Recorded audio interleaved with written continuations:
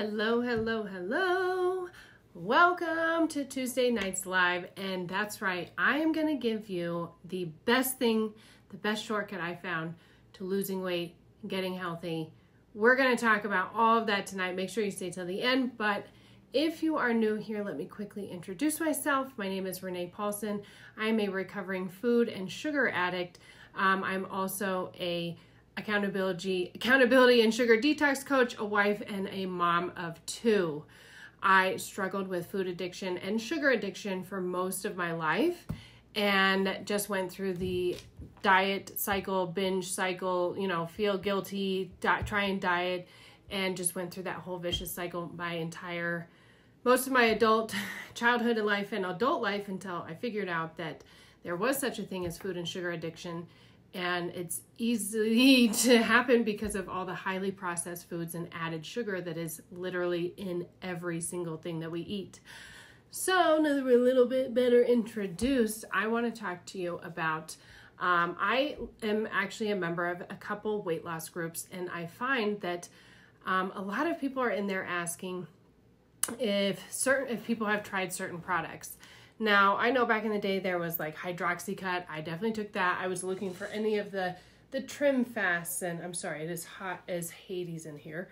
And I turned the fan off so you wouldn't have to hear the fan, but that makes everything hot. So I'm going to look like a hot mess for a minute, but that's okay because, Hot Mess Express. Wow, alfalfa. All right. Anyway, so like I was saying, back to ADD, whoop. I am a member of several weight loss groups or weight loss support groups for women. And the reason is I love to encourage women to lose weight and get healthy, whatever that means for you, getting off your high blood pressure, not being pre-diabetic. And it really became a passion of mine. Obviously, helping women, I love to do that. That's, just been my calling for my entire life. But helping women in things that I personally struggled with, like I'm talking about eating more than 500 grams of sugar a day on the norm, which was every day for me. And, helping women who really struggle from being in that diet cycle is something that I really advocate for. So I belong to these groups, and I have a lot of women in there. There are people who ask for advice or say, I'm 5'5" and I'm 29 pounds and I'm 29 years old, not 29 pounds, and I'm 220 pounds. Like, I'm trying to lose my belly fat. Like, is there anything that I can do? Or have you guys tried this keto product or this or that and the other? And then of course there'll be a flood of like comments from all these people who are selling like the magic elixir to help you melt your belly fat, and here's this gonna speed up your metabolism, and this magic thing is gonna help you lose 10 pounds in 3 days, and everything that they promise under the sun, moon, and stars. And I always comment on these posts because that's what I feel called to do, and just be like, these are scams.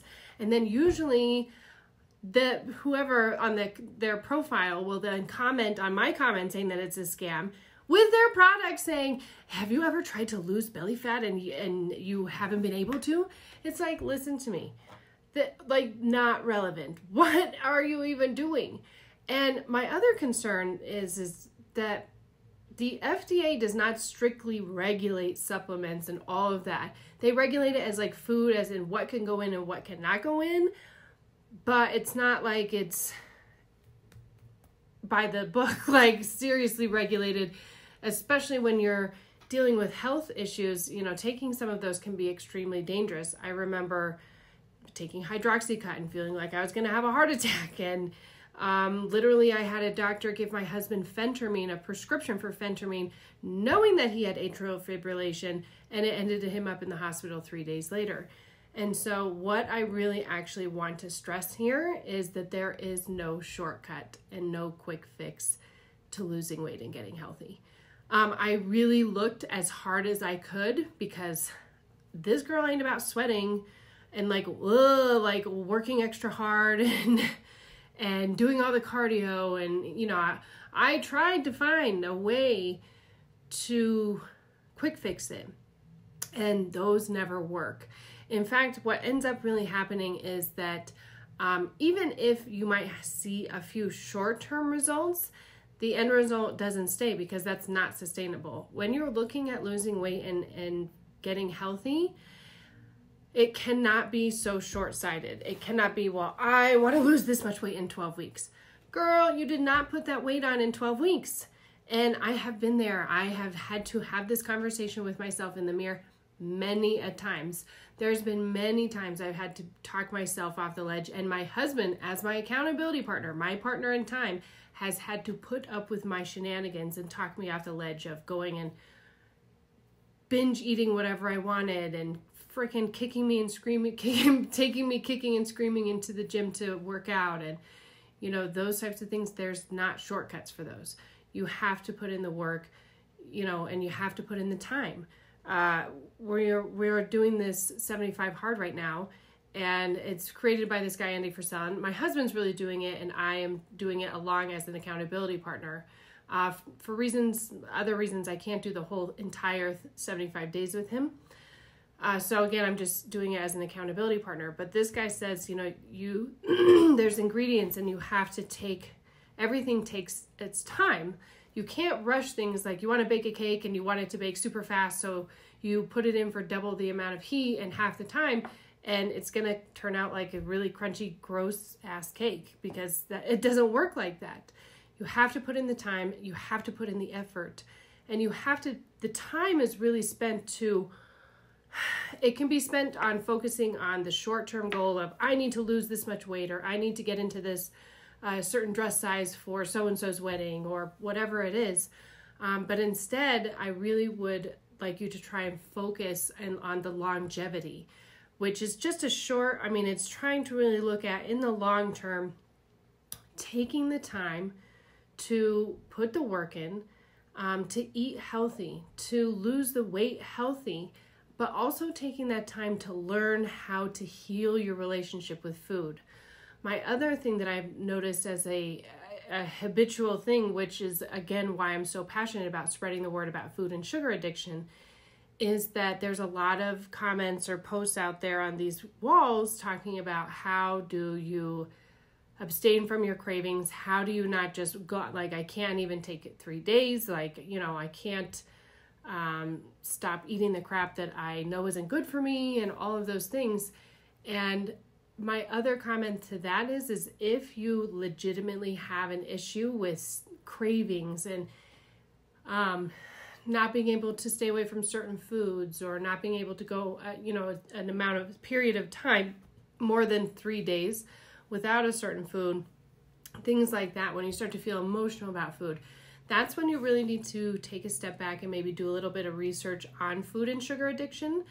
The reason why is added sugar is in everything. So food and sugar is meant to be highly addictive. There's a certain point called the bliss point. The companies know about the bliss point, and they manufacture their food to get you to this bliss point in your brain, where your brain is lighting up all over the place. Dopamine, your system's being, flooded with dopamine, and you're just like those freaking, what are they called? I keep forgetting. It's a pinball machine. Pinball, right? Like the thing they do, and the ding, ding, ding, ding, ding. Yeah. So they manufacture food to be like this, and that food is usually very easily, readily available. Lots of them have a drive-through. They come with extra large sodas. All of these things, they're convenient, they're cheap, they're fast. Like, how many different reasons do you need to go run through a drive-through and grab something? And most people do. And then having that all on a constant basis, your brain starts to rewire itself. Your brain actually starts to look different when you have that junk food and that processed food and that high sugar food, like all of that. Your brain actually starts to make different connections. You're more prone to depression. You're more prone to obviously diabetes, but I was going to say anxiety. You're more prone to mood disorders, especially if you come off for over 2 to 3 days. Usually it starts about 24 hours. You start to have mood imbalances because your brain is like, yo, where's all the good stuff you were giving me? So that's when it would really be my advice and this is what I found to be true, is looking at what food and sugar addiction is. I think it's University of Yale, that created a food addiction like questionnaire that has like a bunch of different questions, and you scale it from however. So if you go on Google, you can look at that to kind of look and start researching to see if maybe you possibly do have some form of food and sugar addiction and how severe it would be. Some range from not very severe to some range like, you have to be complete abstinence for until a period of time. But the biggest part of getting healthy is really healing. Heal is in the word health. And you've got to heal your relationship with food. And when, I find that there's a common theme between food and sugar addicts, that sometimes there have been some childhood trauma. And so you really kind of cling on to comfort food. And when I started really getting emotional about food and really angry when my husband would suggest like, oh, we need to eat healthy so you don't have to be on blood pressure medication. And so you can feel better and, all of those things, and you won't be in pain and blah, blah, blah. I was so angry. I could not contain myself. I was so mad. And I started to look at like, why am I getting so mad about this? Like, kind of like doesn't make sense. Like, it's food. I shouldn't be this emotional about it. And that's when I really started to take a step back and be like, wait a minute, this has got to be a whole other monster.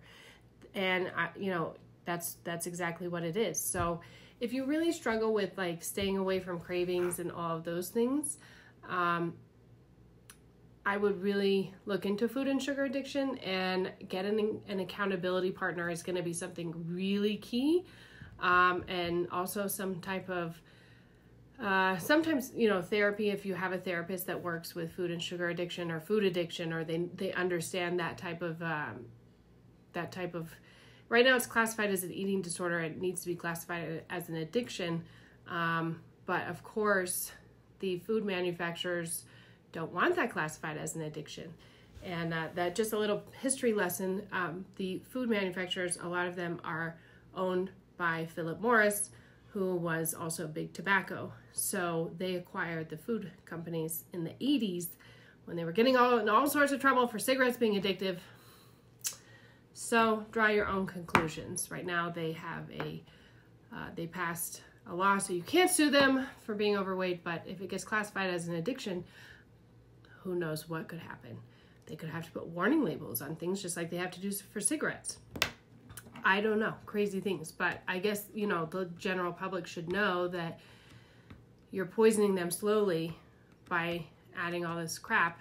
And, it takes a no-brainer to look around from the 80s and to now, what has happened to society. We have an obesity epidemic and a diabetes epidemic, and, people are addicted to sugar all over the place and they don't even know it. And it's a scary place to be. So, knowing that there's no shortcuts, and if you do struggle with food and sugar addiction, that takes some serious healing to work through that, to come out the other side and come out with a healed relationship with food, so that you don't have to, go through the only other, programs teach complete and total abstinence for the rest of your life, which I think that leads to binging, and a lot of times people fall off and they start binging.